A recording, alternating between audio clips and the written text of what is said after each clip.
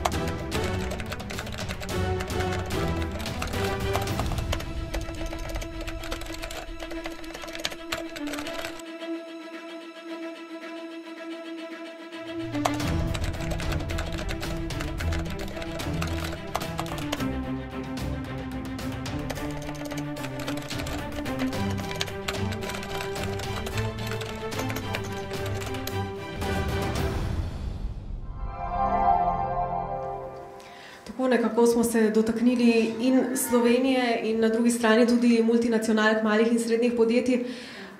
Začeli bomo pa nekako takole. Gospod Kuhar, v enem od prehodnih videov smo slišali, gospodarski učinki sporazuma se poudarjajo vse manj, to je bila teza gospoda Hillarja iz NGO War on Want, ker so bili izračuni nekoč preveč optimistični, pa že tiste številke niso bile prav visoke. Tako da bi najprej kot pozitivne učinke v Evropi in predvsem v Sloveniji videli kot izgube delovnih mest. Kakšna je vaša ocena, s katero se bolj strinjate? Zdaj, kot veste, se ukvarjam s kmetijstvom, živilsko industrijo, se pravi s temi ekonomskimi vidiki, tako da glede tega težko kaj veliko komentiram. Verjetno je bilo danes že velikokrat povedano, ta del v ekonomskem smislu, se pravi agro-food business, v trgovini obeh dveh vele sil ekonomskih, vele blokov pomeni manj kot 1%. Skratka, Evropa izvozi od celotnega izvoza manj kot 1% v ZDA, enako uvozi od celotnega uvoza iz ZDA manj kot 1% blaga, ki sodi v tarifne skupine kmetijstva in živilstva. Zdaj, seveda, kmetijstvo in živilstvo izstopata tudi po stopnji carinskega ščit, se pravi, tukaj seveda oba dva bloka ščitita svoje sisteme, pri čemer seveda EU nekoliko bolj, pa verjetno bomo imeli danes kaj več časa povedati o teh specifikah, družbenih, kulturnih, okoljskih specifikah pa razlikah v teh dveh okoljih, kmetijstva ZDA in kmetijstva EU. Skratka, oba dva bloka ščitita svoje sisteme, predvsem pa izstopajo, se pravi, te verige mleka, verige sladkornih izdelkov, pa beverages, se pravi, pijače, žganja, vina in tudi brezalkoholne pijače, ker mi beležimo najvišje uvozne stopnje. Treba je pa, se pravi, carinske stopnje. Treba je pa povedati, da že zdaj v tem momentu na področju agroživilskega trgovanja okrog 40% free trade, se pravi, zelo veliko je necarinskega, brezcarinskega trgovanja, ampak obdavčenih, oziroma free trade je pa zgolj na 15% carinskih tarif. Skratka, mi trgujemo, se pravi, predvsem s tistimi, vendar zelo malo, kjer teh carinskih tarif ni, in seveda bomo prišli do nečesa, kar je bilo verjetno že danes tudi povedano. Glavna ključna ovira za večje trgovanje na področju agro-food biznisa so seveda standardi, tehnični, necarinske bariere, pa se pravi technical measures, kjer pa, danes bo verjetno ključna debata šla na tej točki, kjer pa so seveda razlike v detajlih, razlike v operativnih, bi rekel, pristopih k zagotavljanju pričakovane stopnje varnosti, pa pričakovane značilnosti agroživilskih izdelkov, ki jih Amerika ali pa EU na potrošniških policah želi dobiti, tako velike, se pravi, gre za, mislim, verjetno nepremostljive, bi rekel, konceptualne razlike v zagotavljanju značilnosti hrane in kmetijskih proizvodov in tudi kmetijskih in predelovalnih praks v teh dveh velesilah, da je vprašanje, kako te stvari integrirati oziroma približati, kar je seveda ambicija tega sporazuma. Tako da to nek uvod, pa verjetno bomo bistveno več detajlov lahko povedali kasneje. Gospa Vodnik, kje pa vi vidite torej te napovedi gospodarskih učinkov, ki so bile, se vam zdijo realne, se vam zdijo preveč optimistične, premalo optimistične? Mislim, da je vedno, kadar gre za trende, to lahko zelo relativno. Bolj se mi zdi pomembno, kaj to pomeni za posamezna podjetja in kaj lahko na ta način pridobijo kot priložnost. In tukaj vidim veliko priložnosti za slovenska podjetja, ki so dovolj konkurenčna in ki tako ali tako že poskušajo vstopati na ta trg, se bi bojo stvari olajšale, ker bo manj barier.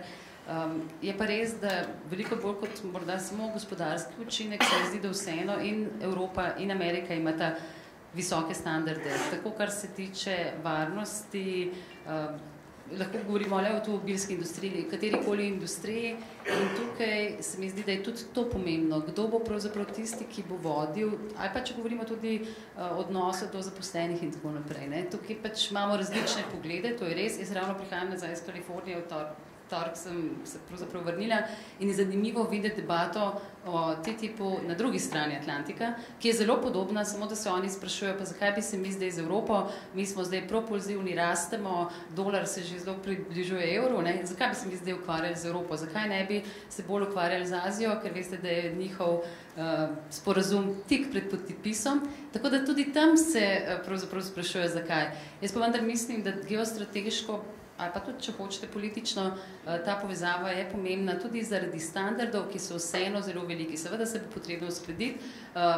Zanimivo, mi govorimo o piščancih, oni pa mene sprašujejo, zakaj kopamo otroke v klorirani vodi. Mislim, imamo pač razlike, ki si jih bo verjetno potrebno uskladiti, ampak ta pogajanja konec dneva verjetno zdaj postaja najbolj zanimiva, ampak ne verjamem pa še, da so tako v zaključni fazi, kot marsikdo misli, da so. Hvala lepa za začetek. Gospod Kostevc, preden greva k samim rezultatom študije, namreč danes smo večkrat slišali omembo prav te študije, ki je bila izdelana, vi ste eden od soavtorjev skupaj z gospodom Damjanom. Prebrala sem, da ste anketo poslali več kot 1500 slovenskim podjetjem, ko ste začeli izdelovati študijo, nazaj pa dobili približno 250 uporabno izpolnjenih vprašalnikov.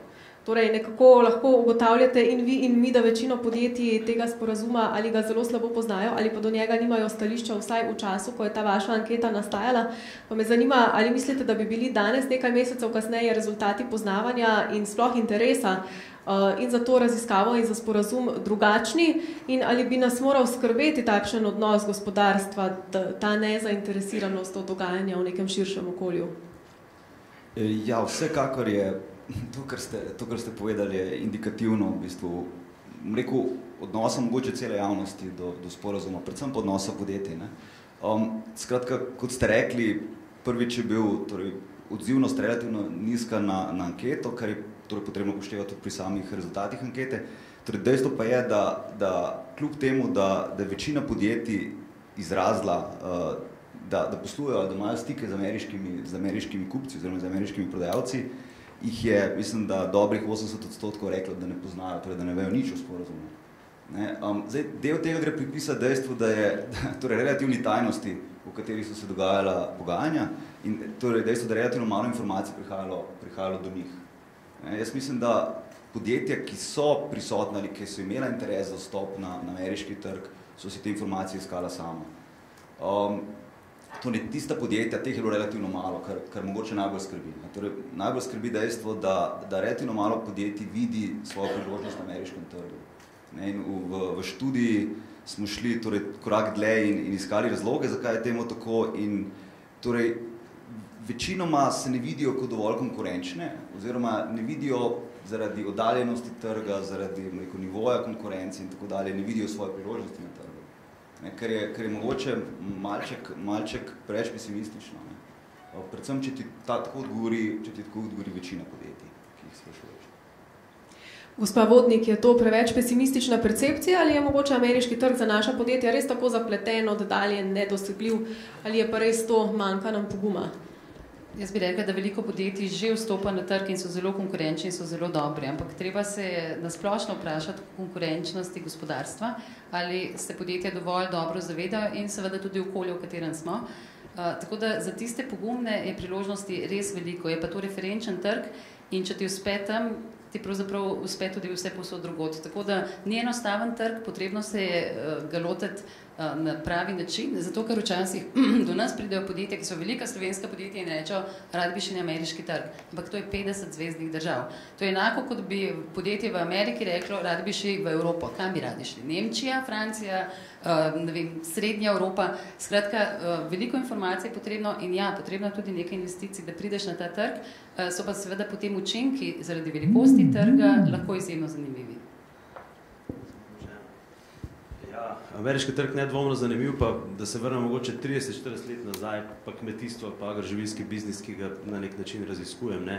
Slovenija je bila takrat še v okviru Jugoslavije, ne, takrat en pomemben player, recimo na ameriškem vinskem trgu. Ne.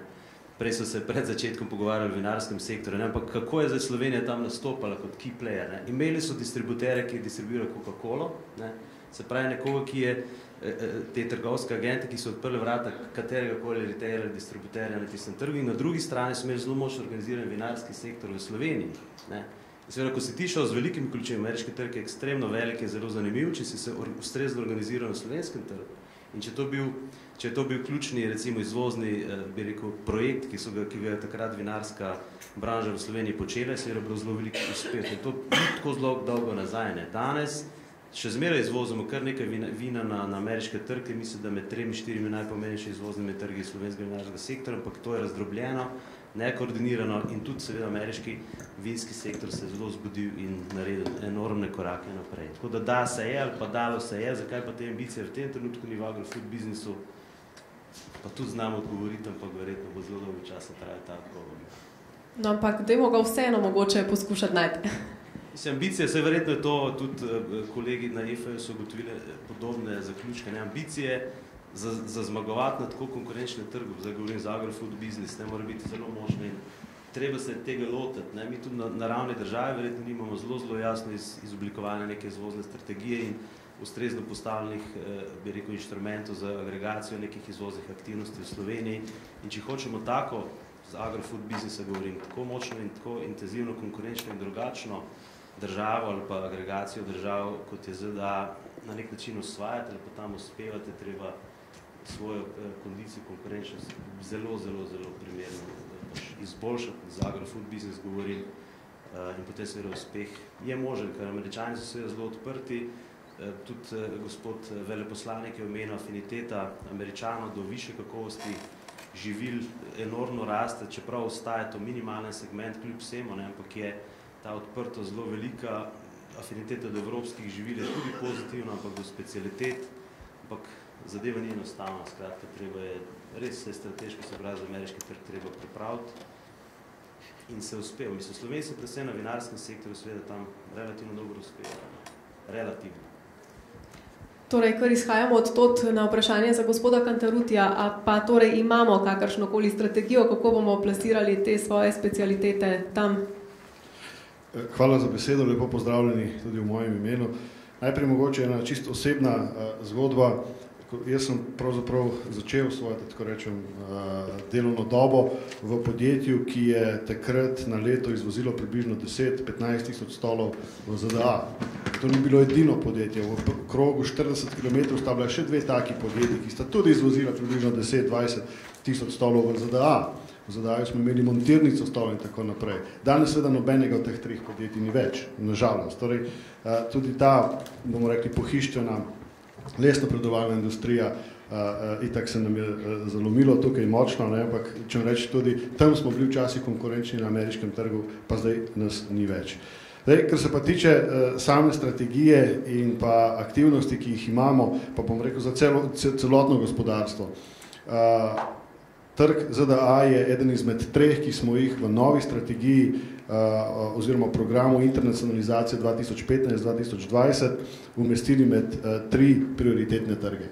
Poleg ZDA so tukaj še Turčija in Japonska. Kar precej vprašanje bilo ali pa dvomljivcev prav na ZDA, zakaj ZDA. ogromno razlogov je, nekaj smo jih že tukaj omenili, eden je seveda tudi ta sporazum. Mi želimo tudi s temi aktivnostmi pravzaprav ozaveščati slovensko gospodarstvo, podjetja, da se vendarle pripravlja nekaj, kar je potrebno izkoristiti ali pa vsaj poskušati izkoristiti. Narobe bi bilo, če bi šlo to mimo nas, ker pravzaprav s čimer se verjetno vsi strinjamo. To je en razlog. Drugi razlog je rast, o katerem je Ajša recimo govorila, da seveda ameriško gospodarstvo raste in poskušati morda ujeti to rast, tudi naše podjetja lahko marsikaj ponudijo, pa če naštejemo IT sektor, pa še marsikaj bi lahko našteli tukaj.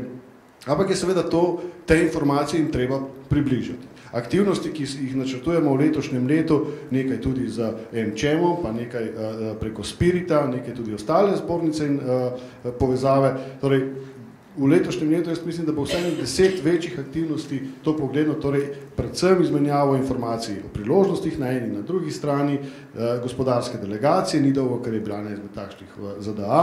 Skratka, okrepiti je treba te dejavnosti. Vse to se mi zdi vpliva na vedenje, poznavanje priložnosti, tudi priložnosti, ki jih prinaša nazadnje ta sporazum. Če me povprašate, ker smo govorili o koristih tega sporazuma, pa bom povedal en primer o podobnem sporazumu Evropske unije z Južno Korejo. Ta sporazum je bil podpisan približno ali pa stopil v veljavo, ne vem čisto točno, mislim, da 2 leti, slaba 3 leta nazaj. In v Bruslju so seveda naredili analizo ekonomskih učinkov, kaj to pomeni za evropsko gospodarstvo. Niso šli podrobneje, ampak ugotovili so, da se je izvoz od uveljavitve sporazuma pa do lanskega leta povečal za približno dobrih 30%. To je enormno izvoz, tukaj govorimo o avtomobilski industriji, tudi o prehrambeni industriji in še čem ostalim, torej zelo konkretni pozitivni učinki. Jaz sem seveda, mi ni dalo miru in sem šel malo pobliže pogledati, kakšne so številke slovenskega izvoznega gospodarstva do Južne Koreje. In ugotovil se, da je to 2-3%, nič več, torej skromna rast, praktično neka normalna rast, ki bi se verjetno zgodila tako ali drugače. Zdaj pa seveda se je treba poglobiti vseeno v te številke in ugotovimo hitro, da seveda slovenska izvozna podjetja, pa recimo, da se osredotočimo tukaj na avtomobilsko industrijo, so izjemno okrepila izvoz v Nemčijo, recimo, pa na ostale države, kjer proizvajajo avtomobile in od tam seveda ti avtomobili na koncu končajo v Južni Koreji. Tako da to je to. Treba je vendarle malce širšo sliko pogledati, ko govorimo o koristih za konkretne gospodarstva, predvsem manjše gospodarstva. Tako da to je en dober primer, pravzaprav, ko nek prostotrgovinski sporazum deluje. Seveda, ta tip je malce širši, obsežnejši, bolj pomemben, ampak vendarle poskušamo iskati tiste pozitivne strani, obveščati, pripravljati podjetja in tudi s tem, da smo ZDA umestili, mislim, da me te 3 ključne trge, mislim, da smo dali en tak zelo jasno sporočilo, no, da je to med našimi prioritetami. Ampak kaj pa umestitev med te prioritete pomeni čist tehnično in praktično? Kaj boste zdaj delali, da bo ta stvar implementirana? Mi smo ključne trge slovenskega izvoza razdelili v 3 skupine. Poleg teh prioritetnih so še tradicionalni trgi, predvsem Evropska unija, Rusija, še nekateri in pa perspektivni trgi. Tukaj pogovorimo o nekaterih trgih bivše Sovjetske zveze, pa nekaterih na Bližnjem vzhodu, Kitajska, Indija, posamezne regije v teh 2 velikih državah.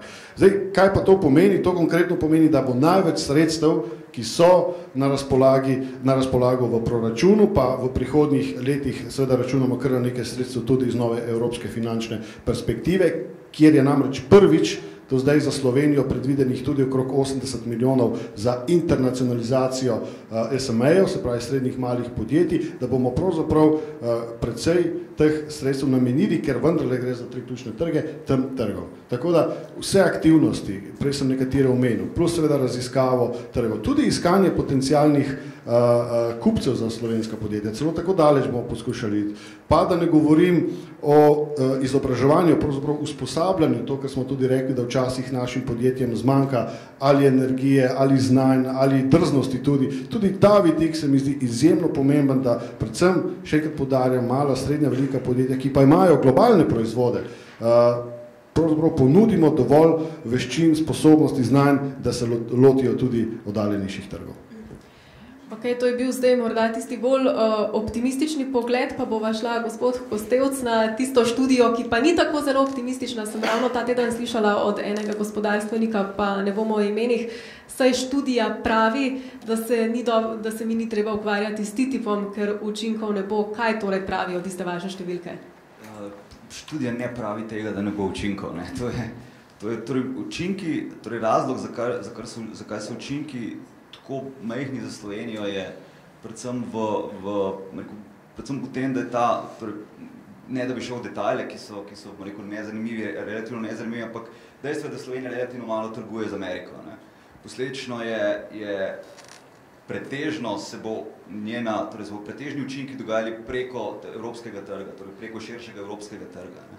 In zdaj, nažalost, bo eden od teh učinkov tudi tako imenovano preusmerjanje trgovine. Torej, nekaj naše trgovine z Evropo se bo preusmerilo k ameriškim dobaviteljem in to je ta del, ki v bistvu niža siceršne pozitivne učinke TTIP-ja. Torej, če bi šli brati študijo, je učinek na slovenski izvoz v ZDA enormen. Torej, še vedno je zelo velik. Ne. Torej, mislim, da je v 10-letnem obdobju poprečna stopnja rasti, mislim, 3%, ker je nekaj več kot to slovenskega izvoza v ZDA. Je pa res, da se nam torej, kot sem omenil, se nekoliko blažijo ti učinki, oziroma postanejo, bom rekel, nični. Ni torej študija ne ugotavlja negativnih, ne, ampak je dejansko, tako kot večina študij ugotavlja relativno nizke, relativno majhne učinke TTIP-ja. Dejstvo je, da smo pač uporabljali metode, ki so se uveljavljale v teh študijah in torej študije so statične, kar po domače povedano pomeni, da se v teh študijah ne more in se ne pričakuje nobenih učinkov učenja podjetij, nobenih učinkov rasti, spoznavanja novih tehnologij, ničesar podobnega. Torej gre za statični učinek tuje konkurence in dostopa do tujega trga. Ne, pač v stanju, v kakršnem je slovensko sodelovanje z ZDA, tako na področju kapitalskih kot trgovinskih tokov, je enostavno težko bilo pričakovati, da bo v teh matrikah ustaljenih, da bojo veliki učinki vam prišli iz te študije. Torej, dejstvo je, da so trenutni tokovi, ki so diktirali študijo, torej mi nismo mogli predvideti stanja čez 5 let ali kaj podobnega, torej zdaj smo lahko trenutne podatke, še celo nekoliko starejše kot trenutne, in ti podatki kažejo dost neambiciozno sliko slovenskega sodelovanja z ZDA. Posledično je prišlo do teh, nežnih negativnih učinkov. Zdaj, ne gre trditi, tako kot je praktično izkorišča zdaj našo študijo, torej nekateri jo uporabijo kot ščit pred podporniki TTIP-ja, drugi pravijo, da učinkov sploh ne bo. Učinki so heterogeni, nažalost, oziroma kot je vedno v življenju tako, bodo segmenti slovenskega trga, bodo segmenti določene panoge v slovenskem gospodarstvu, ki lahko pričakujejo zelo visoke, pa razmeroma visoke pozitivne učinke. Bodo pa tudi segmenti, kot je pač iz modela izhajalo, ki bodo imeli negativne učinke, torej kjer bo prišlo do padca obsega prodaje in tako naprej. Tako, torej, kot prvo, jasno treba je, da ta študija ni zdaj napoved prihodnosti. Ne. Noben od nas ni tako, samozavesten ali pa ni zaveden tako močno, da bi si upal trditi, da je to kakršnakoli napoved. Gre za neko razmeroma tehnično ekstrapolacijo zatečenega stanja ob predpostavkah, da naj bi se določene stvari zgodile, ki bodo olajšale trgovino med ZDA in Evropo. Jasno, ker TTIP v svoji končni obliki še ni bil dostopen, ne, tudi še vedno ni dostopen, tudi tega nismo mogli. Tako da šlo je za neke predpostavke, večinoma smo sledili tujim študijam, ki naj bi bile, od pesimističnih do preoptimističnih predpostavk o tem, kaj naj bi TTIP prinesel. In zdaj jasno, odvisno od tega, ali ste moralno ali pa kako drugače podpornik povezave ali ne, si potem ljudje izbirajo številke v iste študije zelo pavšalno. Tako da jaz mislim, da študija sama ponuja nek okvir, ponuja okvir, širše predstavlja, kje so priložnosti, kje so pasti TTIP-ja za slovensko gospodarstvo, ne pomeni pa predikcije prihodnosti, daleč od tega. Mogoče je ključen del študije, čeprav je manj kvantificiran, je ta anketa z vidika tega, da slovensko gospodarstvo, torej, da bi naredil prvi korak, moraš biti dovolj pogumen, da narediš ta korak. Ne.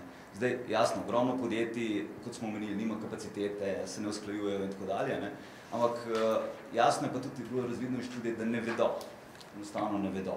Ne vedo, kako bi, ne vedo, kam bi, kot ste omenili, ne. Torej, ameriški trg ni kljub našim predstavom ni homogen, ne. Torej, malček bolj kot evropski, ampak vseeno, ne. Torej, v Ameriko bi šel ali pa ne bi šel, je presplošno govoriti, ne. Skratka, študija ponuja vse, ne pa samo pesimizem, kot se mogoče, zdaj ste mi predali besedo, kot bom rekel nekomu, ki bo zastopal pesimistično stališče. Rekel, če bi jo moral za eno besedo ali pa v enem stavku povzeti, je, da velikih učinkov ne bo, ne, ali pa jih ni bilo moč razbrati na podlagi naših, rekel, predhodnih znanj o tem, kar se nam bi zgodilo. Ne. Več kot to, torej, da bi gospodu, ki ga niste imenovali, upal reči, da mu ne bo uspelo, daleč od tega. Bo moral poskusiti, kar izvolite, ja. Za nas je ta študija, ne nazadnje smo bili naročnik na ministrstvo, zelo koristna. Ravno iz teh vidikov, da smo ugotovili pravzaprav, kje so glavne pomanjkljivosti, katere informacije primanjkujejo, kje so pravzaprav manjki za naše podjetja, da se ne odločajo bolj pogumno za vstop na ameriški trg, da ne vedo, kaj pravzaprav lahko pričakujejo. In prav zaradi tega smo pripravili ten niz aktivnosti in jih pravzaprav tudi pripravljamo, o katerih sem prej govoril, tudi v sklopu tega, da je ZDA seveda med prioritetnimi trgi, zato, da bi bili pravzaprav proaktivni, da ne bi čez, ne vem, 5-6 let rekli, vse smo vedeli, pa nismo nič naredili. Ne? Pa ne glede na to, ali bo ta tip taj uveljavi ali ne, mi moramo seveda svojo nalogo narediti. Sej ne delamo to zaradi te študije, oziroma zaradi tega sporazuma, ampak delamo zato, da bomo povečali konkurenčnost naših podjetij. Morda, če smem samo še jaz dodati, no, ravno zato sem vesela tudi, da v jesenskem času pripravljamo eno večjo skupaj konferenco, ker je ravno to potrebno res tudi investitorji ameriški iz slovenskega trga ne poznajo, ne dovolj in tudi njim je treba pokazati, ker tukaj ne gre samo za trgovino, gre tudi za investicijsko partnerstvo. Se mi pa zdi ravno v smislu tega, koliko je znano ali ne, se ponavadi o tem, da je s Kanado že sklenjen sporazum, pravzaprav sploh ni bilo veliko govora. Ne? Jaz mislim, da je zato toliko govora tudi, ker gre res za dva enakovredna partnerja. In tukaj nihče nikomor ne bo mogel vsiliti. In mislim, da je to ena dobra pozicija tudi Evrope, da bo lahko svoje visoke standarde, ampak tudi v Ameriki so visoki standardi uveljavile. In zato mislim, da je to, mi je bilo pa zanimivo ravno ena taka primerjava, da sporazumi so v bistvu Američani so rekli tako dolgočasni kot kriket, ne? Mi pa pravimo tako dolgočasni kot bejzbol, ne? Ta pogajanja. Samo na koncu je zabavno. Ne? Tako da zdaj smo verjetno, ne vem, če smo že v končni fazi, ampak zdaj so toliko več, se o tem tudi govori in prav je, da se govori, se pa ponavadi pogaja z zaprtimi vrati. Tako da pričakovanja, da se bojo pogajalci pogajali, ker predvsem so zelo nenavadna, no, vsaj kar se mene tiče, vsaj v poslih se pogovarjaš tudi ponavadi za zaprtimi vrati. Jaz se vam iskreno pričujem, ker sem že prej povedala, da bom mogla odideti, se pa veselim novih teh debat in se mi zdi izjemno pomembno, da so in plusi in minusi, ker verjetno pri vsakem sporazumu tako je. Najlepša vam hvala. Hvala lepa, da ste bili z nami. Gospod Kuhar, izvolite. Kljub vsemu bi povedal nekaj v zvezi z metodologijo. Kolegi seveda so to ekspertno zadevo uporabili, pa seveda orodje, za katere zelo lahko trdim, da glavnina učinkov nekih tako ambiciozen program nekega približevanja seveda z ekonomskih orodij, ki jih uporabljajo, pa ki sploh obstajajo, ne, praktično ne moremo zajeti. Za področje agrofood biznesa je to full stop, se pravi, tukaj nimamo razprav. Ne. Govorili smo tudi o tem, kako nizke so doslej te trgovinske bariere. In seveda pri teh modelih, ki jih uporabljamo, ali pa ki ste jih uporabljali, ki jih uporabljajo ostali raziskovalci, ne teh detajlov, ne, in teh, bi rekel, dramatičnih in zelo velikih premikov, ki jih seveda pogajalci pričakujejo na agrofood biznesu, tredim, ne, druga področja ne poznam, ker gre res za enormen sporazum, mogoče to bilo danes večkrat izpostavljeno, ampak ne, se pravi, ne znamo, ne zmoremo teh detajlov v pričakovanih spremembah, ki jih ta tip napoveduje, jih ne znamo modelirati, je to prezahtevno in tlele bo glavnina negativnih posledic, ker če bo šel ta sporazum naprej, ker res nisem ne vem, kakšna bila debata prej, ampak moj občutek je sicer neznaten, ampak mislim, da se seveda dinamika pač tega procesa na nek način ohlaja. Politične ambicije so, če jih pač lahko povzamem, mislim, da se tudi na nek način ohlajajo. Tako da kakšna je usoda tega sporazuma, jaz ne vem, a bo sprejet ali ne bo sprejet, pa tudi, a je potreben ali ne, mogoče bi tudi o tem kaj lahko rekli. Za področje agri-food biznisa sem pa tudi razmeroma optimističen, da bo sploh se kakšnakoli večja sprememba lahko naredila ali pa kakšen pomembnejši napredek lahko zgodil, če poslušam seveda izjave politikov iz resnih ali pa manj resnih držav, da seveda sprememb, popuščanj, alteracij na sistemih agro-food biznisa, standardih, proizvodnih praksah ne bo. Ker če ne bo popuščanja, ne bo sporazuma. Razlike med agro-food biznisom v USA in EU28 so zelo velike. Skratka, gre v glavnini teh najbolj vročih in najbolj, bi rekel, kritičnih točk, gre za nezdružljive sisteme, če ne bo prišlo do radikalnih sprememb na tej ali na drugi strani. Tako da zdaj, očitno ne vem, ali se pravi, gre v ozadju za neka dogajanja, ki jih civilna družba, raziskovalci ne poznamo, ne vidimo, skratka, da politiki iz EU-ja, jih predvsem sledimo, govorijo eno, dogaja se pa v ozadju nekaj drugega, za agro-food biznis govori, skratka, da bodo spremembe v sistemih, ker zadevi sta, se pravi, nezdružljivi na agro-food biznisu, ali pa bo kmetijstvo na nek način tretirano kot minorni sektor, brez sprememb, ker če to, kar slišimo, še enkrat pravim, če to, kar slišimo strani politikov, komisarjev, drži, govorijo, kot rečeno, sprememb ne bo, potem sporazum TTIP v taki obliki, kot je zdaj predlagan, integralnega, se pravi, v vseh področjih tudi agro-food biznis, ne more biti. Ali imajo identity problem, ali pa se dogaja nekaj v ozadju, to pa ne morem vedeti. Gospod Cantarutti, kakšno je vaše mnenje o tej politični ambiciji? Torej? Predvsej nehvaležno vprašanje, pa bom poskušal vseeno odgovoriti. Predvsem poskušam to nekako razpoloženje med evropskimi državami zaznati ali pa ugotoviti tudi pri kolegih, ko se srečujemo pravzaprav vsake toliko v Bruslju na to temo. Nazadnje je bila kar vroča razprava okrog ISDS mehanizma in predloga komisarke Malmströmove glede tega, kjer mislim, da je bil dosežen določen korak naprej, mislim, da v pravi smeri, da je vendarle ta zaščita zdaj boljša. Torej, v razpravih s kolegi ugotavljamo pravzaprav zelo podobno. Kar se tiče seveda kmetijstva ali pa agro-food sektora, o katerem govorimo, tukaj mislim, da dejansko z evropske strani vsaj v tem trenutku ne bo prišlo do popuščanja in se pravzaprav velika večina, pa vsi bomo rekli, s tem strinjamo. Tako da tle ni dileme. Pod določene standarde mislim, da EU ne bo šla in jaz mislim, če smo se skozi neki evolucijski proces dokopali do teh standardov, bi bilo zdaj seveda tudi za ceno tega sporazuma nesmiselno jih spuščati. Vendar, najbolj slabo pa mislim, da bi bilo ali pa neprimerno, da bi pa enostavno obupali in rekli, ne gremo se več, ne potrebujemo tega, je nepomembno. Glejte, svet je vendarle globaliziran. Jaz mislim, da slej ko prej bo dozorel čas, ko bo potrebno tudi nekje en tak sporazum zelo jasno podpisan.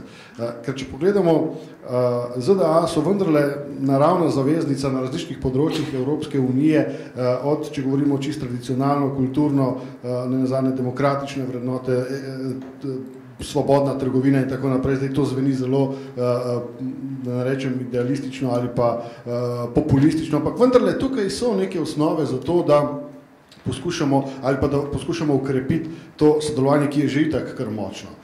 Vendarle se te stvari v svetu dogajajo in jaz bi predlagal, da naj se nam nikamor ne mudi, predvsem bi bil to moj nasvet ali pa želja, da čas imamo še, da gremo res od poglavja do poglavja, da morda se lotevamo še tistih enostavnejših, zapremo in potem seveda na koncu pustimo te orehe zastreti, ampak vendarle jaz mislim, da je prav, da ta pogajanja tečejo naprej, da iščemo kompromise, zato ker, kot rečeno, v tem svetu, ki pravzaprav deluje na principu nekih dogovarjanj, zaenkrat regijskih, slej ko prej bo pošlo tudi najbrž do nekega globalnega dogovora, namreč aktivnosti tudi svetovne trgovinske organizacije po teh free trade agreementih in seveda usklajevanju teh politik proste trgovine ali pa trgovine, bomo rekli, so izjemna, to se dogaja, to je nek evolucijski proces, ki ga od časa do časa takšni, bomo rekli,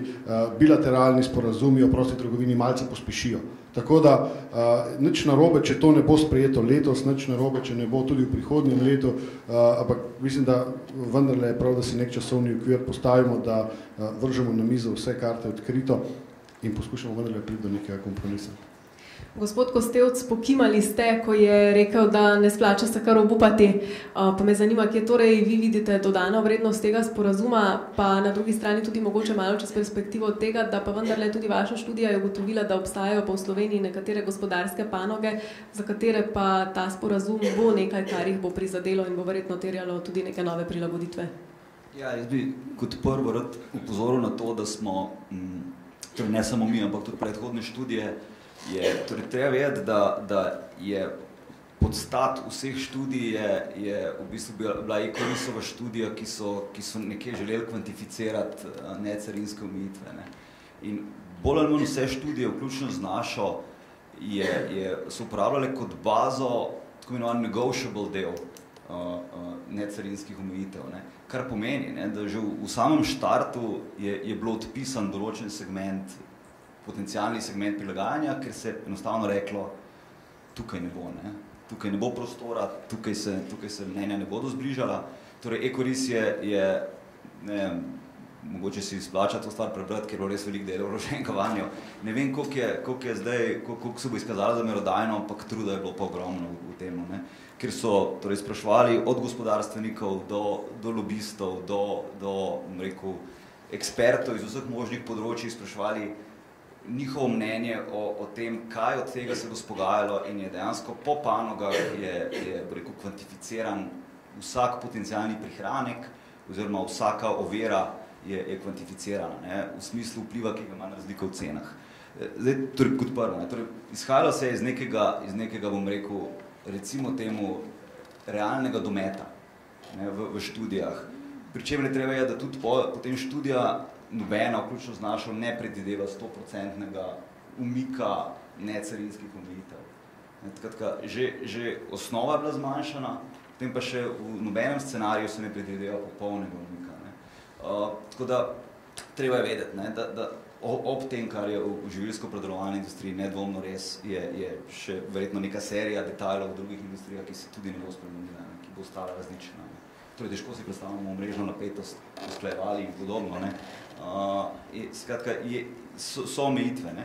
Kot ste rekli, v slovenskem gospodarstvu, ne, zdaj, spet ne pravim, da napoveduje študija, ne, ampak ob stanju, ki je zatečeno, ob stanju povezav znotraj slovenskega gospodarstva in povezav, ki jih to ima z tujino, ne, torej v tehničnem žargonu govorimo o input-output matrikah, mednarodnih input-output matrikah, po tem stanju, kot je bilo, obstajajo panoge, ki bi doživele, ki bi po naših scenarijih lahko doživele negativni učinek tega sporazuma. Torej, primarno bi ta učinek izhajal iz tega, da bi jih enostavno konkurence iz tujine, recimo temu povozila. Zdaj, torej, take panoge obstajajo. Naša študija opozarja na te panoge, tudi omenjamo te panoge. Nekje smo poskušali tudi razložiti, zakaj bi lahko bile te panoge bolj prizadete kot druge. Jaz bi torej, če bi bil jaz rekel, CEO ali nekdo na poziciji odločanja v podjetjih v tej panogi, bi vzel to kot ne kot glasnika črne prihodnosti, ampak neko dobro namerno opozorilo. Ne. Torej recimo temu heads up, potencialno vas lahko čakajo težki časi, če bi se stvari, kot smo jih mi predvideli, resničili. Zdaj, oni poznajo verjetno svojo panogo v detalje bistveno bolje, kot smo mi poznali. Ne. Torej, lahko bodo natančno ocenili, kaj od tega za njih tveganje in kaj za tega njih ne bila celo priložnost. Mogoče v komentarju vsem trem, ko ste omenili, da bi nekako vzeli kot glasnika prihodnosti lahko nekateri to študijo. Imamo v Sloveniji izkušnje iz preteklosti, osamosvojili smo se, pa v Evropsko unijo smo vstopali, pa takrat so vedno bili nekakšni gospodarski pretresi tudi sporedni, pa takrat velikokrat so se pojavljale novice, par let po tistem, ko se je to zgodilo, stvar nas je ujela nepripravljene, propadli smo na koncu zaradi tega. Kje mislite, kaj se treba naučiti iz tistih dveh prejšnjih situacij in ali se učimo, glede na to, da smo prej rekli, da je interes med gospodarstveniki za tole pa relativno majhen? No, tole sem želel prej poudariti, da želimo s tem, ko sledimo pravzaprav, ne bom rekel navodilo, ampak izsledkom te študije, ki ugotavlja pa to, kar pravzaprav vemo že odprej, težave s pomanjkanjem informacij, s pomanjkanjem znanj, sredstev tudi naših podjetij za aktivnejši prodor na ameriški trg. Je pa treba poudariti, da vendarle v 2014 letu se je slovenski izvoz na ameriški trg povečal za 25%. Seveda, ameriški trg raste in naša podjetja nekatera vendarle krepijo svojo prisotnost na tem trgu. Ravno zaradi tega, to sem že prej rekel, da ne bomo čez nekaj let rekli, bila je priložnost, pa je nismo izkoristili, poskušamo z vsemi temi aktivnosti, jaz mislim, da je tudi današnji seminar oziroma konferenca pomemben delček tega, da osveščamo, da pravzaprav govorimo o tem, ja, so nevarnosti, ampak obstajajo pa morda tudi priložnosti.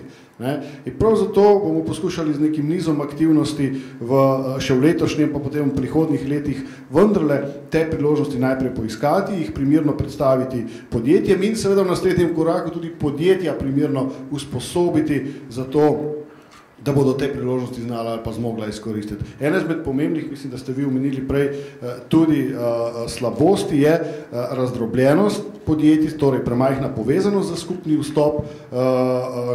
Avtomobilski klaster v Sloveniji dobro deluje, je nažalost eden redkih, več rabimo tega povezovanja, več potrebujemo skupnega sodelovanja, tako v horizontali kot v vertikali, zato da bi bil ta vstop učinkovitejši. Če se zdaj vrnem nazaj na tisto mojo zgodbo iz začetka pri prodajanju stolov na ameriški trg, ameriški kupci so seveda dobro vedeli, da v primeru 40 km obstajajo 3 proizvodne, ki delajo relativno dobre stole za relativno ugodno ceno. In so šli od enega do drugega, vsak mu seveda povedali, tam smo pa dobili takšno nižjo ceno in zbijali cene, zato ker se nismo znali skupaj uskladiti in nastopiti skupno.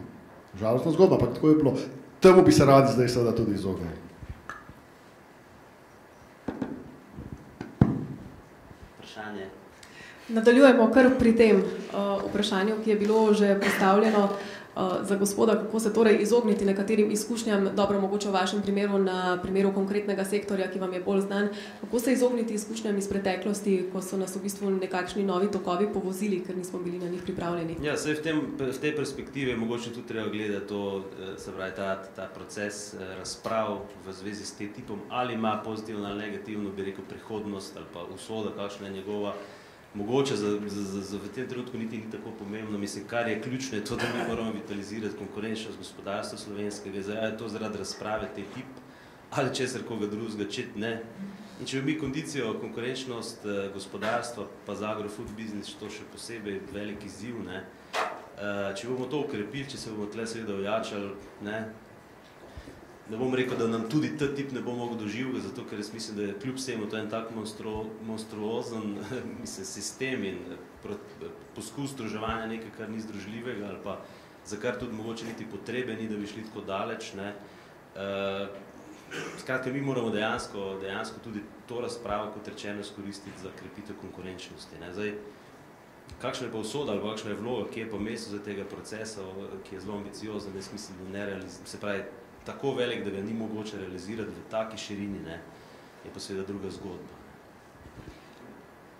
Bomo nadaljevali, kar pri tem vprašanju, ki ste ga vi v bistvu že nekako nakazali na tistih nekih naših notranjih težavah, ki se pojavljajo in potem kažejo učinke v smislu tudi TTIP-a, pa bova začela morda gospod Kostevc, kar pri vas. Pri nas že leta in leta govorimo o reformiranju, pa prestrukturiranju, pa odpiranju gospodarstva, pa celi vrsti nekih ukrepov, ki doslej nekako niso bili izvedeni, pa vendarle vem, da je neprijetno napovedovati ali prihodnost ali na podlagi hipotetičnih modelov, ampak kakšni bi pa bili učinki, če bi vendarle slovensko gospodarstvo enkrat izvedlo te reforme, te prilagoditve, se odprlo in v bistvu se nekako bolj postavilo ob bok drugim zglednim evropskim ekonomijam? Zdaj, Sprašali ste me, če slovensko gospodarstvo naredi tisto, kar bi rabilo, da bi postalo uspešno, ali bo uspešno. Ja, si srčno želim, da neka tautologija klele bo le delovala. Ne. Moje sem nažalost, rekel, vsaj zmerni pesimist. Ne. Mi smo v zgodovini dokazali, da imamo torej, status quo ali gradualne spremembe bistveno raje kot hitre spremembe. Ne? In s tem ni načeloma nič narobe. Ne? Problem je, ker smo na določenih področjih tudi gradualnih sprememb nismo sposobni izvesti. Ne? Ja, gledajte, če me vprašate, če bomo izvedli reformo trga dela, če bomo postali prijaznejši torej ves čas uporabljamo puhlice, ne? Oziroma to je postalo puhlica, ne? Pa ne bi smelo, ne? Torej, če bomo postali prijaznejši do investicij, pazite, ne samo tujih, ne? Tudi do slovenskih investitorjev, ne? Torej, da ne bo na vsakega investitorja gledano kot na potencialnega tajkuna in tako dalje. Jasno, povejte, prihodnost je lahko svetla, ne? Ne bom jaz zdaj tukaj, ki jim dvignil roko, pa bom rekel, tudi v tem primeru se nam slabo piše, ne? Skratka, ja, jaz živim v upanju, ne? Kljub temu, da me rekel, pol pretekla zgodovina me vedno znova postavlja na bolj realna tla. Ja, drugega kot upati ne moramo, ne? Če zgubimo upanje, pol, kako je že bilo, ne? To zadnji ugasne svetilnik, ali kako, ne? Gospod Kantaruti.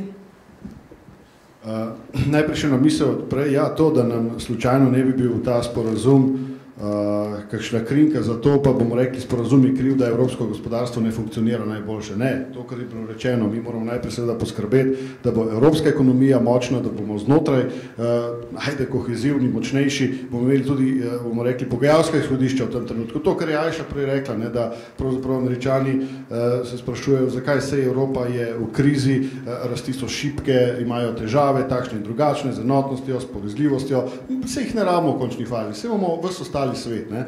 Najbrž res, zato pa moramo mi, ne zaradi sporazuma, ampak zato, ker je to se mi zdi ena normalna, spet lahko rečemo evolucijska pot, da se povezujemo in da smo zato močnejši.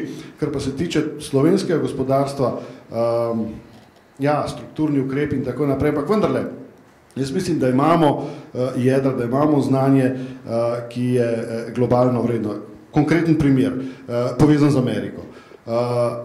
Ne vem, kotličke, livove kotličke, najbrž poznate, tam plastične, pritisneš pa voda, potem ne, splakne v WC-ju, se pravi sanitarna tehnika. To podjetje so pred dobrim letom in pol kupili Američani, oziroma ameriško družinsko podjetje, Fluidmaster. Ker je pa zanimivo pri tem, rezultati so bili negativni. Ampak oni so videli priložnost, videli so, kaj znajo ti ljudje narediti, videli so priložnost v komplementarnem programu, ker oni izvajajo keramične, tukaj je bila plastika, videli so priložnost tudi kot odskočno desko za trg Evropske unije. Skratka, prišli so, naredili skrbni pregled, ugotovili vendarle neke prednosti, ki jih imamo, kljub seveda relativno neprijazni delovno-pravno zakonodaji oziroma obremenitvam, ki so in tako naprej. To so jasno poudarili, ampak vendarle, videli so, da imamo znanje, da imamo razvoj, da so to lahko res sinergijske priložnosti. In ker je najlepše pri tem, in to mi daje vero v vendarle naš management, ki prihaja, obdržali so prejšnjega direktorja. In ta direktor je še zdaj na čelu in super dela in so super zadovoljni z njim. Torej, ne vseeno vendarle govori, da slovenski menedžment kar dolgi počes ni nič vreden, da je slab, da ni učinkovit in tako naprej. Imamo konkreten primer, torej zahtevne ameriške multinacionalke, ki ima mimogrede monopolni trg na ameriškem trgu, ki je prepoznala vrednost ne samo podjetja in zaposlenih, ampak tudi menedžmenta. Pa bova še kar mi dva malo ostala pri podjetjih. Veliko se govori o tem, da med gospodarstveniki nekako ni zanimanja. Prej smo rekli, imamo tudi študijo, ki govori o tem, kdo bi se moral sekirati v zvezi s tem sporazumom, pa me zanima konkretno, kako pogosto pa trkajo na vaša vrata slovenski gospodarstveniki, pa se želijo pogovarjati o vplivih TTIP-a, pa kako ga bolje izkoristiti ali kako se zaščititi pred vsemi stvarmi, ki jih lahko prinese. Kako pogosto? Kdo so vaši sogovorniki? Nažalost zelo redko. To smo opažali že prej, ko sem bil pravzaprav na gospodarski zbornici, tudi vodja oddelka za mednarodno poslovanje, smo poskušali pravzaprav celo jih spodbujati in moram reči, da tako kot kaže študija, kakršen je bil tudi odziv pravzaprav v tej anketi, zanimanja je relativno malo, to drži. Zanimanje je seveda treba, jaz mislim, da en razlog je bil danes že omenjen, mogoče tajnost teh pogajanj, premajhna transparentnost, premajhna obveščenost. Vse je to pravzaprav po moje vplivalo na to, da pa, jaz pa mislim, da se zdaj vendarle to zavedanje krepi, da je vse več, tudi zdaj ob obisku vlade v Primorsko-notranjski regiji oziroma Primorsko-kraški regiji je bilo celo vprašanje z tega področja, kar me je rahlo presenetilo, kar pomeni, da vendarle prihaja ta zavedanje oziroma to zavedanje, da je to vprašanje na dnevnem redu. Tako da pravzaprav zdaj moramo skupaj videti, kaj lahko še naredimo.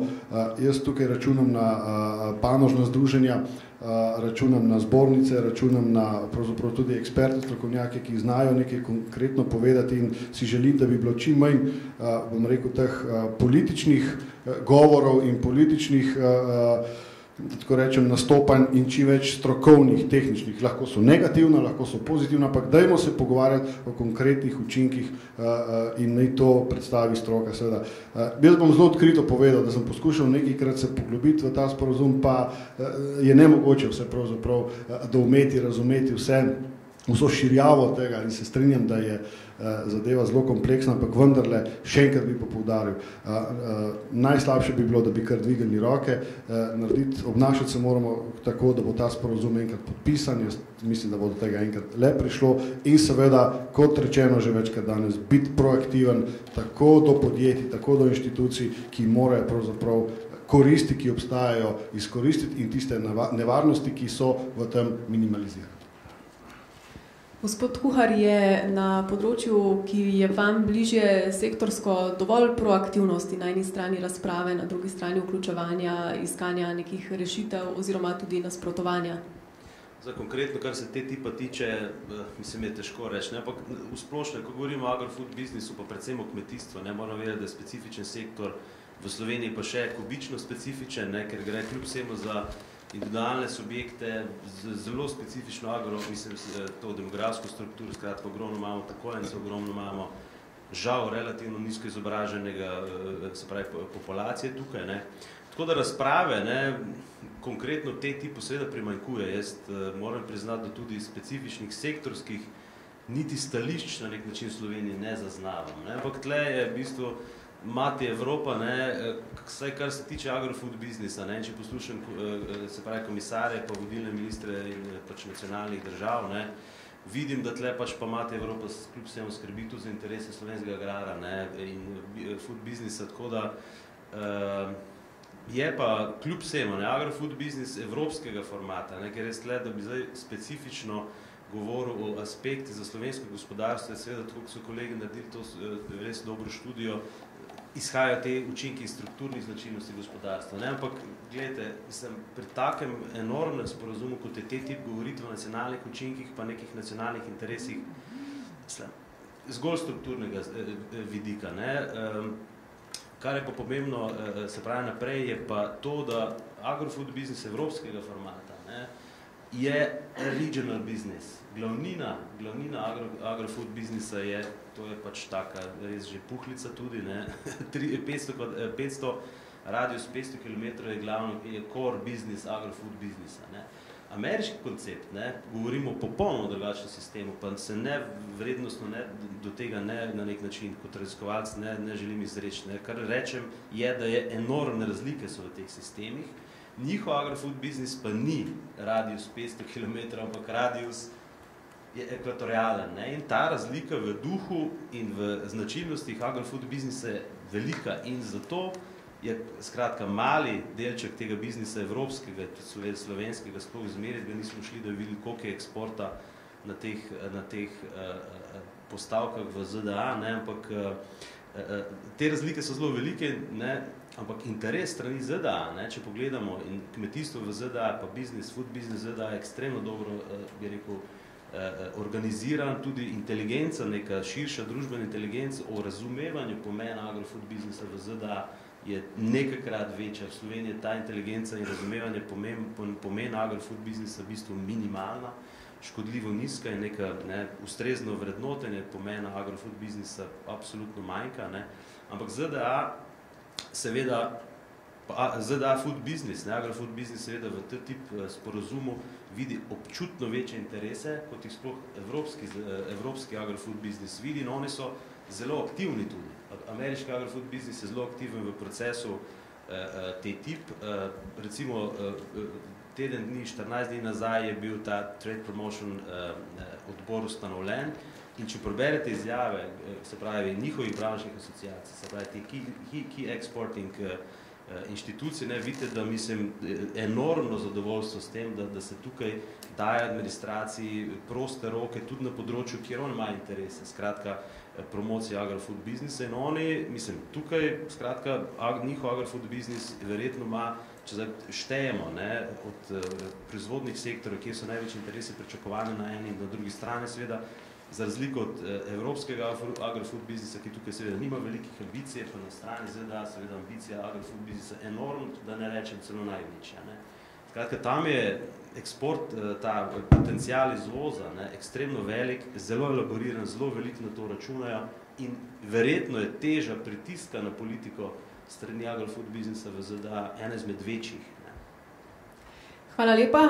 Ura se nam počasi izteka, kar pomeni, da so na vrsti vprašanja iz občinstva. Gospod Bogovič.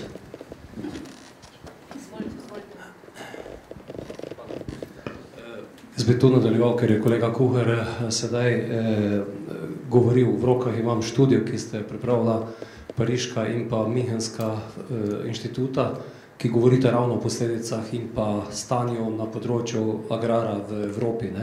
In moram reči, da zelo kvalitetna študija, ki smo jo dobili poslanci na odboru Agri v roke za to, da dobimo informacije o tem, zakaj gre.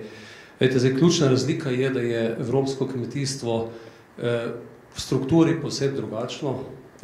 Celo vrsta elementov, ki že v sami kmetijski politiki usmerjajo v zadnjem obdobju zeleno komponento, okoljske standarde, dobrobit živali in stvari, ki na nek način so, bom rekel z eno besedo, bistveno bolj zeleno kmetijstvo, kot je ameriško. Ameriški ukrepi gredo izključno v intervencijsko zgodbo, tako kot pri nas, če pride, toča, ali pa predvsem pri njih 80% teh ukrepov v intervencijo, ko se na trgu nekaj zlomi. To je čist biznis in strogo usmerjeno v to zadevo. In pri njih je kmetijska politika enkrat malce večja, enkrat malce manjša. Ta sredstva niti niso tako drastično nižje kot v Evropi, je pa vse prepuščeno trgu. Ko je problem, skočijo.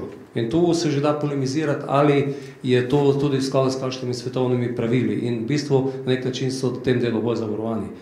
Zaradi vsega tega je stanje danes takšno, da ko gledamo tarife, se pravi carine, ki so med Evropo in pa Ameriko, imamo poprečno skupaj približno 3%, je poprečje tarif, govorim za skupno, ves blagovni promet, približno 3% je obdavčeno obcarinjeno ameriško blago v Evropi, približno 2% evropsko v Ameriki.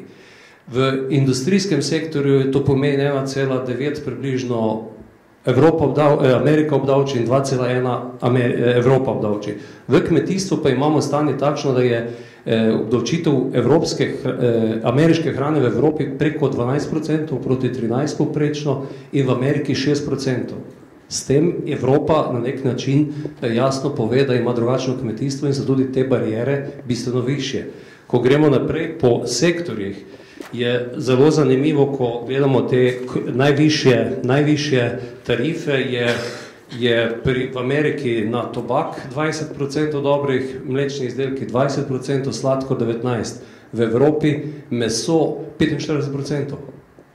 Tu se upremo farmski reji, kjer v nadaljevanju ta študija jasno opozarja, da bomo imeli velike probleme parirati kravam dojiljam, ker so prerije, to kar smo v kavbojskih filmih gledali, pa se poceni prideluje to zadevo.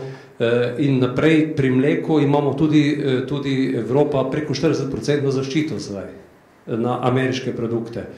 Pri sladkorju tudi preko 20%, pa tu je še najmanjša razlika. Tako da v nadaljevanju, ko so pa v tej isti študiji ocenjeni učinki, vekolikor se bi pozabilo na kakšne druge razlike v samih pravilih igre, pa se lahko pričakuje bistveno boljši rezultat za ameriško kmetijstvo, kjer bi iz sedanjih nekih 6 milijard izvoza v Evropo prišli kar na 26. Evropa pa iz tistih sedanjih 16 nekje na 26. To je to, kar je dr. Kuhar sedaj poudaril. V tej točki je v kmetijstvu, če statično gledaš, da nisi kritičen do samih tehnologij, do praks, ki smo jih prej omenjali v dopoldanskem delu, je posledica zelo jasno navedena. V enem delu pa želim samo še enkrat, ko smo rekli, kaj smo mi imeli, kaj imamo in kaj bomo imeli. To je odvisno predvsem od nas. Ne od Evropske unije, ne od, še manj pa od TTIP-a. Prihajam iz Krškega, ker smo imeli, ne vem, SOP, kovinarsko, Iskro, metalno, vse je padlo v začetku 90 letih, ker nismo znali vrteti se. Imamo pa danes celo vrsto drobnih, malih podjetij, ki so znali odgovoriti in kot sem že danes omenil, imamo zdaj tudi v Sloveniji Pipistrela, pa imamo Akrapoviča in podobne. In tam, ker gospod Kantaruti je omenil na področju konkurenčnosti gospodarstva, tu bomo morali narediti, na drugi strani pa ugotoviti, kje so naše priložnosti in kje največ zamujemo. Samo, če mi dovolite še en stavek, izkoristil sem priložnost kot evropski poslanec, ker lahko v goste povabiš ljudi iz Slovenije. In nisem šel po politični liniji, smo spravili na avtobus ključni ljudi iz področja zelenjadarstva, sadjarstva. 3 ljudi iz ministrstva, potem iz svetovalne službe bilo 5 ljudi, Ljudje in zemlja je bila oddaja, prejšnja nedelja bila predvajana. Vsem tem sem moral na začetku povedati, da bo za njih to brezplačno, ker ta država več ne investira v to, da bi kdo šel kam ven kaj pogledati.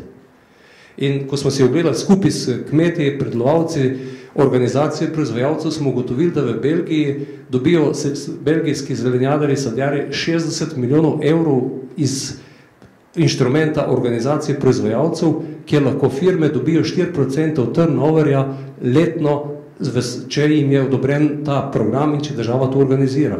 In to so naši izzivi. Pa da bomo, ne vem, Savo spustili še preko polja, prišla v Hrvaško in to moramo doma narediti.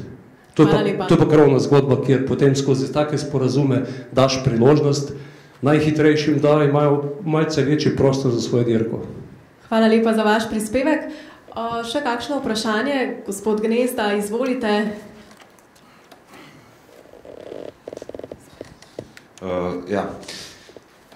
Prej ste spraševali, če se je kaj spremenilo odnos gospodarstva oziroma ali je gospodarstvo sedaj kaj bolj seznanjeno s tem sporazumom. Ne vem, če se obrnemo po sobi, odgovor je očiten, žal. Jaz, če sem lahko malo provokativen, se mi zdi, da tukaj ministrstvo sili naše gospodarstvo na trg, na katerega sploh ne želi vstopiti. To je analiza tam v tisti anketi je pokazalo, da je zelo malo interese, tako da tukaj res ne vidim smisla. Moje vprašanje bi bilo za gospoda Cantarutija, kaj so bili ofenzivni interesi v katerih sektorjih Republike Slovenije, ko je vstopila, ali pa Ministrstvo za gospodarstvo, ko so se pričeli pogajati, kaj je študija potem pokazala vplive na te sektorje in ali so sedaj že adaptirani, je kaj novega, so kakšni drugi interesi sedaj močnejši. Pa še eno zadevo bi vprašal, pa mogoče dr. Kostevca. Precej se govori sedaj o malih in srednjih podjetjih, sporazum bo vseboval poglavje, kako bo to odlično za mala podjetja, nek portal se obljublja, kakšen formular manj bojo izpolnili. Ko pogledamo številke, vidimo 0,7% vseh, zgolj 0,7% evropskih MSP-jev izvaža na trge ZDA. Kaj se bo zgodilo z ostalimi 99,3%? Jim tukaj kakšna izostrena konkurenca resno grozi? So te napovedi, na primer, o trgovanju znotraj EU trga, kjer naj bi bistveno padlo. Kakšne lahko tukaj posledice za ta sektor malega podjetništva pričakujemo? Hvala. Hvala lepa. Torej, jaz bi rad poudaril, da nikogar nikamor ne silimo. V tem programu internacionalizacije oziroma mednarodnih izzivih je več kot 30 trgov omenjenih, na katerih pač izvajamo neke aktivnosti in ki jih poskušamo približati našim izvoznikom. Njihova odločitev je potem, ali to sprejme ali ne. Kar se tiče Amerike, oziroma ZDA smo videli in dobili dovolj interesa ali pa dovolj argumentov za to, da smo jih umestili, kamor smo ZDA umestili. Kar se tiče pa pogajanj, ta pogajanja potekajo, jaz sem rekel, da je stika z gospodarstvom absolutno ali pa s posameznimi branžami premalo, poskušamo to nadoknaditi, poskušamo tukaj priti do nekih izhodišč čisto branžnih, koliko nam bo to uspelo, pa bo pokazalo potem tudi naslednja poglavja v teh pogajanjih. Hvala za vprašanje. Skratka, jaz moram reči, da ne vidim neke grožnje. V vašem vprašanju sem zaznal, torej v kontekstu, v katerem ste ga vprašali, je bilo, ali zdaj za ostalih, recimo 99% podjetij pa pomeni to skorajšnji propad. Ne, jaz te grožnje ne vidim. Skratka, dejstvo je, da z izjemo določenih segmentov, oziroma določenih sektorjev, je ta trgovina že danes dokaj prosta. Skratka, torej, rekel, poplavna vrata se ne bodo odprla in poplava ne bo odplaknila, rekel, majhnih in ranljivih, vsaj v segmentu, v katerem se zdaj pogovarjamo. Skratka, jaz ne vidim bistvene grožnje. Jasno, po naravi sami, rekel, trgovinskih sporozumov se bo konkurenca povečala. Zdaj, a bo to za določena podjetja pomenilo priložnost ali bo to pomenilo priložnost za sodelovanje, bo to pomenilo zgolj rekel, da jih bo palca tepla oziroma da bodo na izhodnih vratih vprašanje, to težko odgovorim.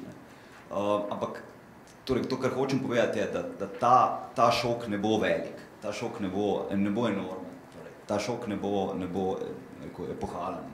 Skratka, jaz te bojazni nimam. Da bi pa ostala tista, ki zaenkrat še ne sodelujejo in ki so, recimo temu, ujeta na drugih trgih, da bi pa ta čutila neke zelo močne negativne posledice. Ne, spet, odvisno od panog, odvisno od tega, kje so ta podjetja izpostavljena. Torej, zna se zgoditi, da bojo del trgovine, ki so imela z večjimi evropskimi izvozniki, se preusmeri. Možno je. V določenih sektorjih bolj, v drugih manj. Hvala lepa. Mislim, da je bilo tam še eno vprašanje gospod Balažic na kratko. Sporazum predvideva tudi odprtost javnih razpisov. To se pravi, da bi sedanji državni razpisi postali mednarodno odprti. Obstaja kakšna ocena, kako bi to vplivalo na potrošnjo države oziroma se potrošnja države zaradi tega ukrepa kaj zniža? Gospod Cantalutti. Hvala za vprašanje. Priznam, da vam ne znam odgovoriti na to vprašanje. Se pa bom pozanimal pri sodelavcih, pa vam lahko sporočimo. Mogoče, Mirjam, imate vi zdaj v tem trenutku kakšen odgovor na to? Ne. Bomo raziskali. Hvala.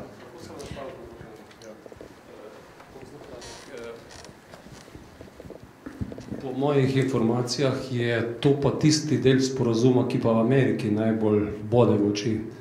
Ker je to zdaj v domeni States, se pravi posameznih dežel, in tako kot mi govorimo o kmetijstvu, se mi zdi, da bo na oni strani veliko vprašanj. Pa tudi že pri kakšnih evropskih direktivah o podeljevanju koncesij smo tudi v Evropi malo se kaj imeli zapovedati na to temo, tako da mislim, da to je eno teh vprašanj, ki je ravno tako na spolskem terenu. Hvala lepa, novova pa z gospodom, gospa Mirjam. Ja, kar se tiče javnih naročil, je tukaj predvsem ofenzivni interes Evropske unije, ker v bistvu področje trg javnih naročil v Evropski uniji je že relativno odprt. Je pa res problem, da v Združenih državah Amerike je zelo velik del teh javnih naročil na nivoju zveznih držav in ne na federalnem nivoju. Tako da to je cilj, kjer komisija želi, na katerega komisija želi doseči pač neke rezultate, ki bo pa zelo težek. Zato tudi področje javnih naročil ta hip sploh še ni zares predmet pogajanja. Mogoče sem se jaz bolj osredotočil na Slovenijo, ker pri nas je vendarle ta trg dokaj zaprt. Hvala lepa. Bova pa z gospodom tamle zadaj torej končala z zadnjim vprašanjem. Moje ime je Ivo Prečko, ustanovitelj zavoda petelshome.org. Pripravljamo projekt, ki nastaja na zahtevo Združenih držav, ki se ukvarja z velikim problemom brezdomstva in na katerem sem omenil, da lahko Slovenija njihovo problematiko reši z rešitvijo tako imenovanih popolnoma lesenih bivalnih enot, ki bodo reševali bivalno problematiko te populacije. Zdaj, zanima me, ali bo sporazum lahko privedel do tega, da bo prišlo tukaj do kakšnih ovir, če je to zasnovano na tako velike osnovi kot vseevropski izvozni projekt za reševanje te problematike v Združenih državah. Hvala lepa. Kolikor imam jaz informacijo o tem, tukaj ne bi smelo biti nobenih posebnosti, nobenih groženj do tega. Na tem mestu torej, če ni drugih vprašanj, debato zaključujemo. Jaz se najlepše zahvaljujem vsem, ki ste se mi pridružili tudi na tem panelu. Verjamem, da bi lahko povedali še marsikaj, ampak časovno smo seveda omejeni. Bi vas pa prosila, gospod Cantarutti, da vendarle pa mogoče vi potegnete neko tisto sklepno črto. Začeli smo današnjo konferenco, katere cilj je bil nekako objektivno predstaviti stališča Slovenije, Evropske unije in Združenih držav. Začeli smo z gospodom Hartlijem kot ameriškim veleposlanikom, evropski poslanci so na to dodali svojo noto, pa bi morda mi dva zaključila. Pogajanja se torej še nadaljujejo. Kje so zdaj tiste točke, ki so za Slovenijo izrazito pomembne, za katere si bomo zavzemali trenutno v naslednjem obdobju, kaj je tisto, od česar ne odstopamo in seveda kaj na koncu tisto, kar si pa želimo iztržiti. Torej, to, kar je bilo tudi danes pravzaprav izpostavljeno. Področje kmetijstva oziroma prehrane je ključno. In tukaj bo potreben kompromis ali pa morda na koncu, kot je bilo rečeno, tega sporazuma v kratkem tudi ne bo. Kar je pomembno za nas, je pomembno to, da je bil pred kratkim vendarle narejen pomemben korak naprej pri tako imenovanem ISDS mehanizmu, da tukaj vendarle smo bliže nekemu dogovoru, kompromisu. Kar je za nas tudi pomembno je, da imamo zelo jasno sliko v tem trenutku, da so seveda učinki za Slovenijo, to je pač treba priznati, relativno skromni, ampak jaz sem prepričan, da vendarle se bo to, ali pa morda tudi v teh analizah niso vsi, jaz sem prej omenil, kako je z sporazumom med EU-jem in Južno Korejo, jaz mislim, da bo tudi posredno vendarle slovensko gospodarstvo imelo koristi od tega sporazuma, da pa je potrebno storiti in mislim, da smo se tega vendarle lotili več na področju obveščanja, več na področju pravzaprav komuniciranja s podjetji, s posameznimi branžami, s posameznimi sektorji, da moramo slišati tudi njihova stališča do tega in seveda ta stališča potem tudi posredovati našim pogajalcem. Tukaj smo naredili premalo, to je treba jasno povedati, ampak glede na to, da pa je zdaj zelo jasen nekako načrt ali pa commitment, da to vendarle obrnemo, kot rečeno, jaz ne pričakujem, da bo v kratkem se nekaj drastičnega tukaj zgodilo, časa imamo dovolj, tudi zato, da podjetja tiste priložnosti, ki vendarle so zapisane in ki obstajajo v tem sporazumu, jaz sem še enkrat poudarjam, prepričan, da jih je kar nekaj izkoristijo. Hvala lepa. No, čisto sklepno besedo pa predajam organizatorjem dogodka informacijski pisarni Evropskega parlamenta v Sloveniji, katere vodja je gospod Klemen Žumar. Z moje strani pa lep dan še naprej. Najlepša hvala vsem za to intenzivno debato, spoštovani ugledni govorci, predvsem evropski poslanec gospod Franc Bogovič, ki bo z nami danes od jutra do zdaj, do konca. Dragi gostje, vesel sem, da smo danes skupaj slovenski javnosti predstavili zares različna mnenja, poglede, skrbi in tudi interpretacije podatkov. Predvsem je bil naš cilj omogočiti platformo za odprt, iskren, javen pogovor o tej pomembni temi. Slišal sem, da se nekaterim zdelo, da so imeli preveč besed Američani, drugi ste rekli, da ste veseli tudi pozitivnih sporočil o sporazumu, ki jih v javni debati primanjkuje. Vsekakor bomo vse vaše komentarje upoštevali in poskušali še izboljšati naše javne debate, zato ker zares želimo, da se Slovenci o teh vprašanjih predvsem med seboj odprto pogovarjamo in razčistimo dvome tokrat o TTIP. Tiste probleme, ki so nam pomembni in se izkažejo, da so upravičeni, bomo lahko tako skupaj močneje posredovali evropskim poslankam in poslancem, vladi in drugim deležnikom, ki vsi oblikujejo in potrebujejo jasna stališča, da jih lahko tudi zagovarjajo. V informacijski pisarni Evropskega parlamenta upamo, da je konferenca dodala kvaliteti debate o TTIP v Sloveniji, morda razbila kakšen mit ali nesporazum, morda odkrila kakšno novo priložnost. Kakšni so naslednji koraki? Naslednji teden bodo evropski poslanci v Strasbourgu glasovali o umestni resoluciji na temo TTIP, kmalu se bo odprl 10. krog pogajanj. V ZDA smo slišali, pričakujejo, da bodo pogajanja trajale vsaj še do konca naslednjega leta. Vsekakor smo v procesu pogovorov, debate med različnimi, pa vendar v mnogočem podobnimi EU in ZDA. Dejstvo je, da pogajanja potekajo, pogajalci pa upoštevajo, kaj Evropski parlament, evropski poslanki in poslanci zahtevajo. Video posnetek celotne konference bomo dali na splet in posebej posredovali evropskim poslankam in poslancem. Tudi zato mislim, da smo danes k temu, da bo sporazum dober tudi za nas v Sloveniji, pomembno prispevali. Za konec bi se rad zahvalil še ekipi informacijske pisarne Evropskega parlamenta v Sloveniji, predvsem Carmen, Dejanu in Petri, pa seveda moderatorki Nataliji Švab, tolmačema in gospodarski zbornici Slovenije. Zdaj pa ste vsi lepo povabljeni, da nadaljujemo s pogovorom o manjši pogostitvi v predverju. Hvala vsem za vašo udeležbo.